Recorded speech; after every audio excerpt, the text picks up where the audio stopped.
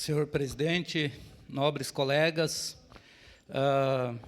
vereador Zé D'Ambrosio, eu concordo plenamente com a sua fala e quero dizer que, para mim, não tem algo mais sério do que isso que a gente está tratando hoje. Parabenizar a vereadora Marisol, vereador Edson da Rosa, e dizer que conte com esse vereador para a gente combater a fome, porque não tem coisa mais dolorida, vereador Zé, do que a fome.